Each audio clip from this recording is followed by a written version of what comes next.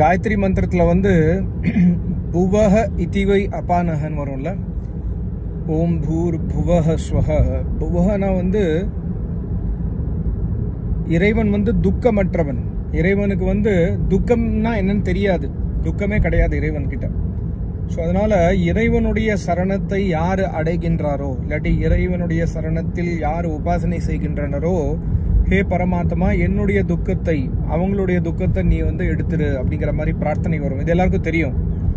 ஓம் பூர் புவஹ ஸ்வஹ தினசரி நம்ம தியானம் பண்ணும்பொழுது இறைவன் நம்ம சொல்லுவோம், உனக்கு துக்கம்னா என்னன்னு தெரியாது, உங்ககிட்ட துக்கம் கிடையாது, துக்கமற்றவன் நீ, எனக்கும் என்னுடைய சிச்சுவேஷனையும் அந்த மாதிரி பண்ணிடு அப்படின்னு நம்ம இறைவன்கிட்ட பிரார்த்தனை பண்றோம்ல. இதில் ஒரு அருமையான விஷயம் வந்து ஒரு ஆரிய சமாஜ் ஆச்சாரியர்கிட்ட வந்து கேட்டிருந்த துக்கம். ஒரு ரிஷி வந்து தன்னுடைய புத்தகத்தில் எழுதியிருக்காரு, இந்த 9 விஷயங்களை வந்து விவகாரம்னா உன்னுடைய அன்றாட போக்குவரத்தில் தினசரி நீ வந்து வாழ்க்கை வாழும்பொழுது இந்த 9 விஷயத்தை வந்து நீ வந்து கோபனீயம்னா ரகசியமா வச்சுண்டா உனக்கு இந்த 9 விஷயத்துல துக்கம் வராது. இந்த 9 விஷயம் என்னன்னு சொல்றேன்னா, முதல்ல வந்து ஆயு, வித்தம், கிரகச்சித்ரம், அப்புறம் மந்திரம், மைதுனம், பேஷஜம், தானம், மானம், அபமானம், கோபனீயம் அப்படின்னு எதிர்ப்பார். ஆயுனா வந்து ஆயுட்காலம், வயசு, நம்மளுடைய வயசை வந்து நம்ம எப்பொழுதுமே சீக்ரெட்டிவா வச்சுக்கணும். தாத்பரியம் வந்து உங்ககிட்ட உங்களுடைய வயசு என்ன அப்படின்னு கேட்டா, என் வயசு 20 வயசு, என் வயசு 30, என் வயசு 50 அப்படின்னு நம்ம சொல்லுவோம்.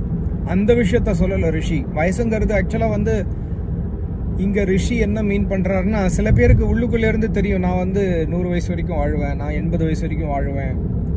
அந்த மாதிரி உனக்கு மனசுக்குள்ள தெரிஞ்சிருத்துனா, உன்னுடைய தவத்தின் பலத்தினால உனக்கு தெரிஞ்சிருத்துனா, உன்னுடைய ஆயுட்காலம் எவ்வளவு காலம் இருக்குங்கிறத நீ வந்து வெளியில சொல்லாத யார்கிட்டையும்.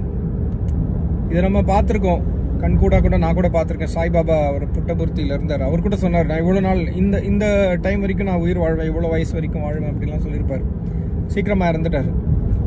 எதற்காக ரிஷி சொல்றாருன்னா, ஆயுட்காலம்ங்கிறது வந்து இறைவன் கையில இருக்கு. ஸோ நீ வந்து உனக்கு உள்ளுக்குள்ள தெரிஞ்சாலும் அதை வெளியில டிக்ளேர் பண்ணாத. அப்படி டிக்ளேர் பண்ணனா உனக்கு துக்கம் வரும், சுகம் வராது அப்படிங்கிற விஷயத்த ரிஷி சொல்றாரு. இந்த விஷயத்த வந்து நம்ம அனலைஸ் பண்ற அளவுக்கு நமக்கு தவம் இல்லை. ஸோ இந்த விஷயத்த அப்படியே எடுத்துப்போம். மற்ற விஷயங்கள் ரொம்ப அருமையா இருக்கு பாருங்களேன். வித்தம், ரிஷி என்ன சொல்றாருன்னா, உங்ககிட்ட இருக்கிற வித்தம்னா தனம், உங்ககிட்ட இருக்கிற பைசா, உங்ககிட்ட எவ்வளோ பைசா இருக்கு, உங்ககிட்ட பைசா நீ எங்கெங்க வச்சிருக்க, நீ என்னெல்லாம் இன்வெஸ்ட் பண்ணி வச்சிருக்க அப்படிங்கிற விஷயத்தை எப்பொழுதுமே கோபனீயமா வச்சுக்கோ, எப்பொழுதுமே ரகசியமா வச்சுக்கோ. வீட்டில் பைசா இருந்தாலும் பைசா வெளியில வைக்காத. பைசா வந்து இது வந்து துக்கம் தரும். ஏன் அப்படிங்கிறதுனால ஒரு எக்ஸாம்பிளுக்கு சொல்ற பாருங்களேன். இப்போ உங்க வீட்டில் பணம் வைக்கிறீங்க, 1 லட்ச ரூபா இருக்கு, சப்போஸ் 1 lakh rupees, இல்லாட்டி ஒரு கோல்டு பிஸ்கெட் ஏதோ ஒன்று எடுத்துட்டு வரீங்க, வெளிலேருந்து வாங்கிட்டு வரீங்க, ஒரு தங்க நகையோ ஏதோ எடுத்துட்டு வரீங்க, வீட்டில் வச்சிருக்கீங்க, பெட்ரூம்ல வச்சிருக்கீங்க, அது நீங்க உள்ள வைக்கல. இப்போ சத்திக்கு வீட்டில் திடீர்னு நண்பர் ஒருத்தர் வராரு, ரொம்ப பழக்கமான நண்பர், ரொம்ப க்ளோஸு, ரொம்ப விசுவாசம் நமக்கு அவர் மேல, அவருக்கு நம்ம மேல. ஸோ அவர் வந்து உங்கள் வீட்டில் பேசுகிறாரு, உங்கள் பெட்ரூம்லேயே உட்காந்து பேசின்னு இருக்காருன்னு வச்சுக்கோங்களேன். உதாரணத்துக்கு சொல்கிறேன், நீங்கள் அர்ஜென்ட்டாக உங்களுக்கு பாத்ரூம் வருது, நீங்கள் போய் ரெஸ்ட் ரூம் போயிட்டு வரத்துக்குள்ள அந்த பெட்ரூமில் வச்சிருக்கிற அந்த பணத்தையோ நகையோ உங்கள் பொண்டாட்டி வந்து எடுத்துகிட்டு போயிட்டாங்க. இல்லாட்டி உங்கள் வீட்டில் வேறு யாரோ உங்களுடைய அம்மாவோ அப்பாவோ வந்து அதை எடுத்துகிட்டு வேறு ரூமுக்கு போயிட்டாங்கன்னு வச்சுக்கோங்களேன். எக்ஸாம்பிள், நீங்கள் வெளில வந்த உடனே பார்ப்பீங்க, பார்த்தா அந்த நகை இருக்காது. அந்த நகையோ பணமோ இல்லைன்னா முதல் விஷயம் நம்ம மனசில் என்ன வரும்னா, நம்ம அவங்க மேலே சந்தேகப்படுவோம், அந்த நண்பர் மேலே சந்தேகம், இங்கே இருந்த பணத்தை நீ எடுத்தியா, நீ பார்த்தியா அப்படின்னு கேட்போம்ல. ஸோ உண்மையாக வந்து அவர் மேலே இருந்த அந்த விசுவாசம் வந்து அந்த செகண்டில் வந்து உடஞ்சிரும். அவருக்கும் துக்கம் வரும், மனசில் நமக்கும் வரும். இந்த மாதிரி விவகாரம், இது வந்து ஒரு சின்ன உதாரணம். இந்த மாதிரி ஆயிரக்கணக்கான உதாரணம் லைஃப்பில் நம்ம போட்டுக்கலாம், பணத்தை வச்சு பேசா. ஸோ அதனால வந்து ரிஷி சொல்றாரு, பணத்தை வந்து கோபனீயமாக வச்சுக்கோ, ரகசியமாக வச்சுக்கோ. உங்ககிட்ட எவ்வளோ பணம் இருக்கோ அதை நீ ரகசியமாக வச்சுக்கோ, மற்றவங்களுக்கு அதை காமிக்காத அப்படிங்கிற. அப்படி காமிச்சேன்னா மற்றவங்களுக்கு அதை நீ காமிச்சாலோ இல்லாட்டி வந்து அவங்களுக்கு தெரிஞ்சாலோ அதன் மூலமாக உனக்கு துக்கம் வர்றதுக்கு வாய்ப்பு இருக்கு. இப்போ 3வது வந்து கிரகச்சித்திரம், வீட்டுக்குள்ள இருக்கிற ப்ராப்ளம்ஸ், வீட்டுக்குள்ளே வந்து இருக்கிற வந்து குறைகளை வந்து வெளியில் ஷேர் பண்ணாத. இப்போ மாமியார் மருமகளுக்கு எப்பொழுதுமே சண்டை இருக்கும். எல்லா உலகத்தில் இருக்கிற இது எப்பொழுதுமே அவங்க 2 பேருக்கு ஃப்ரிக்ஷன் இருக்குன்னு வச்சுக்கோங்களேன். மாமியார் என்ன பண்ணுவா, மருமகள்கிட்ட இந்தந்த குறை இருக்குது அப்படிங்கிற விஷயத்த வந்து போய் பக்கத்து வீட்டில் சொல்லுவா. இல்லை அந்த மாமியார் சொல்கிறா, இந்த மாதிரி மருமக இந்த மாதிரி பண்ணுறா, தூங்கிட்டே இருப்பா, சமைக்க மாட்டா, வீட்டு வேலை செய்ய மாட்டா, எழுத்து பேசுவா, இந்த மாதிரி ஏதோ சொல்கிறா. மாமியார் சொல்கிறாங்க, இல்லாட்டி மருமகள் மாமியாரை பற்றி சொல்கிறாங்க வெளியில் போய். அப்போ என்ன ஆகுனா, கிரகச்சித்திரம், இது வீட்டில் இருக்கிற ஒரு குறை. வீட்டில் இருக்கிற குறையை நம்ம வெளில பேசும்பொழுது அந்த வெளில கேட்குற ஆள் வந்து அந்த மருமகளை பற்றி இன்னும் ஜாஸ்தி மசாலாலாம் போட்டு, உப்பு உரப்பு போட்டு அதை இன்னும் ஜாஸ்தியாக வெளியில் இன்னும் ஸ்ப்ரெட் பண்ணுவாங்க. 2வது ஆள்கிட்ட, 2வது ஆள் 3 ஆள்கிட்ட, 3வது ஆள் 4வது ஆள், அந்த மாதிரி ஸ்ப்ரெட் ஆகும். அசிங்கமாக இன்னும் ஜாஸ்தி அசிங்கப்படும், அவமானப்படும். அப்போ ஃபைனலாக அது நம்மக்கிட்டே வந்து ரீச் ஆகும். இவங்க வீட்டில் இருக்கிற மருமகள் இந்த மாதிரின்னு கேள்விப்படுறேன்னு நமக்கே வந்து ரீச் ஆகும். நம்ம என்னடா நம்ம ஒன்றுமே இந்த மாதிரிலாம் சொல்லலை, நம்ம நார்மலாக தான் சொன்னோம், நம்ம யோசிப்போம். அப்போது அந்த மாமியார் யோசிப்பாங்க. பட்டு கிரகச்சித்திரத்தை வெளியில் சொன்னேன்னா துக்கம் வரும் அப்படின்னு ரிஷி சொல்கிறார். கிரகச்சித்திரம்னா வீட்டில் இருக்கிற குறைகள். உங்கள் ஹஸ்பண்ட்ட ஒரு குறை இருக்குன்னா அதை வெளியில் போய் பப்ளிசைஸ் பண்ணாதீங்க. உங்கள் ஒய்ஃப்ட்ட ஒரு குறை இருக்குது, உங்கள் மாமியார்கிட்ட, மருமகள்கிட்ட, வீட்டில் உங்கள் மச்சனர்கிட்ட, தம்பிக்கிட்ட, அண்ணாக்கிட்ட, தங்குக்கிட்ட, அக்கா கிட்ட ஏதாவது குறை இருந்தால் வீட்டுக்குள்ளேயே சால்வ் பண்ண ட்ரை பண்ணுங்கள். ரிஷி சொல்கிறாரு, வெளியில் போய் சொல்லாதீங்க. வெளியில் போய் சொன்னீங்கன்னா அது உங்களுக்கு துக்கம் தரும், சுகம் தராது. அப்புறம் அடுத்த விஷயம் என்ன சொல்கிறேன்னா, மந்திரத்தை வெளியில் சொல்ல. மந்திரம்னா மனநாதிதி மந்திரன்னு சொல்லுவாங்க. மனநாத்னா மந்திரம்னு இந்த இடத்துல என்ன அர்த்தம்னா வந்து வேத மந்திரம் கிடையாது. மந்திரம்னா இந்த இடத்துல உனக்குள்ள ஒரு விஷயம் பிறந்திருக்கு, உனக்குள்ள ஒரு சிந்தனை பிறந்திருக்கு. அந்த சிந்தனை உதாரணத்துக்கு சொல்லப்போனா,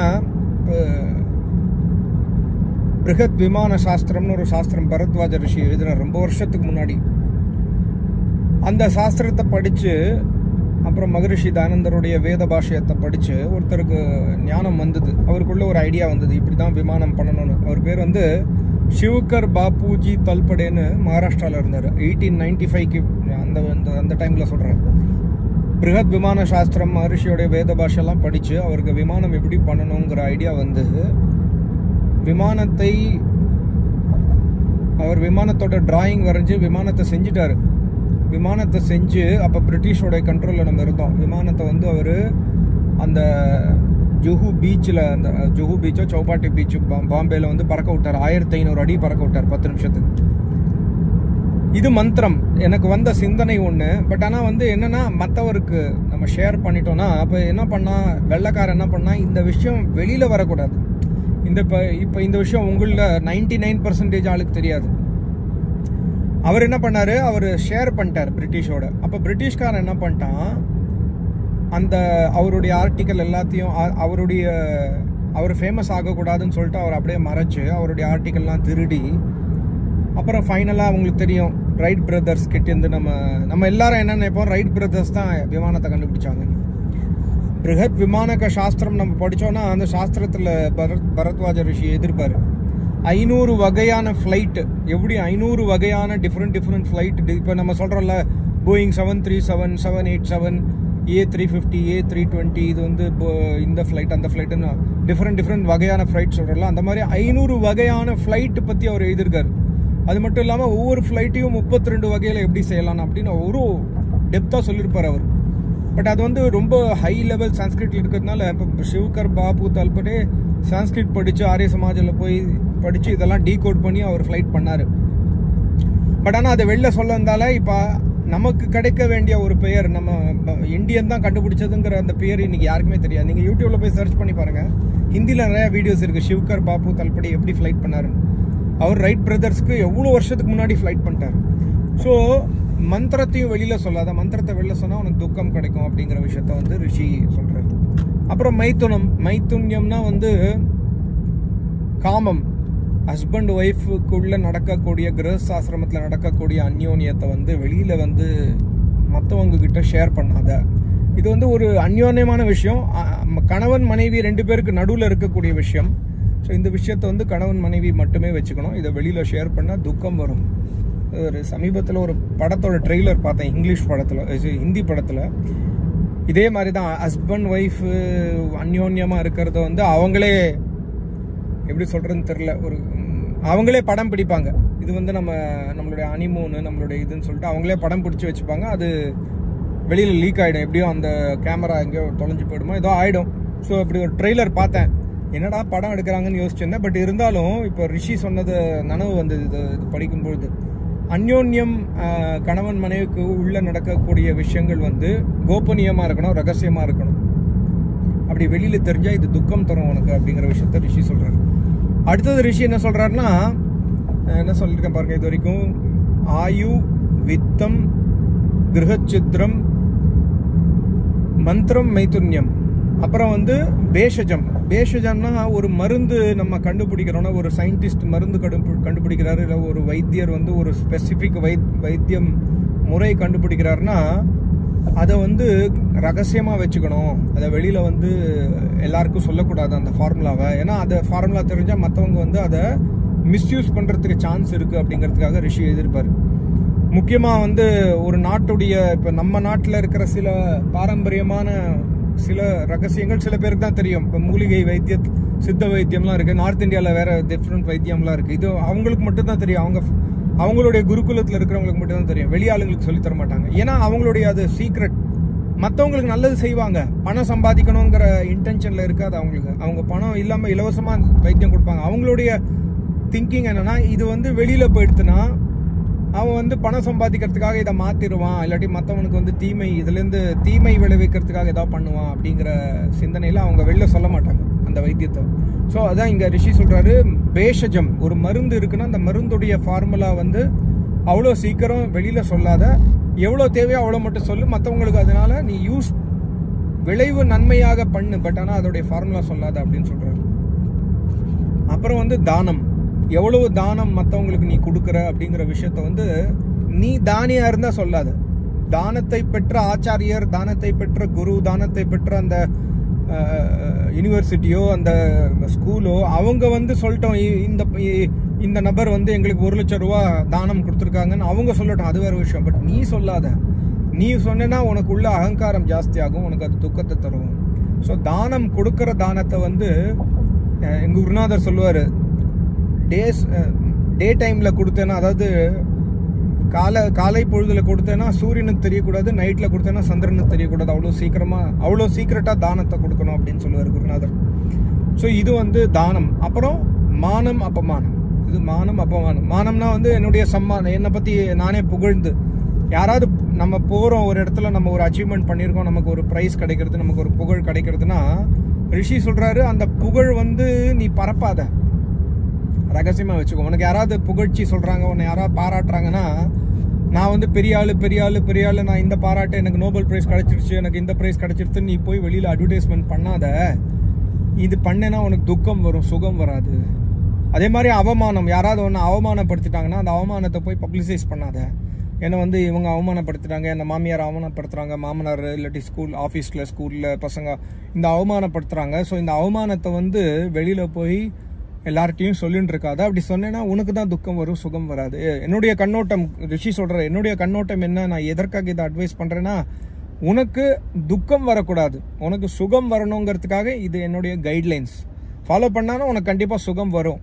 ஸோ அதனால் இதை நீ ஃபாலோ பண்ணு அப்படிங்கிற மாதிரி ரிஷி சொல்கிறாரு. ரொம்ப அருமையாக இருந்தது, அதனால தான் ஷேர் பண்ணலான்னு சின்ன வீடியோ. ரொம்ப நன்றி, நமஸ்காரம். ஓம்.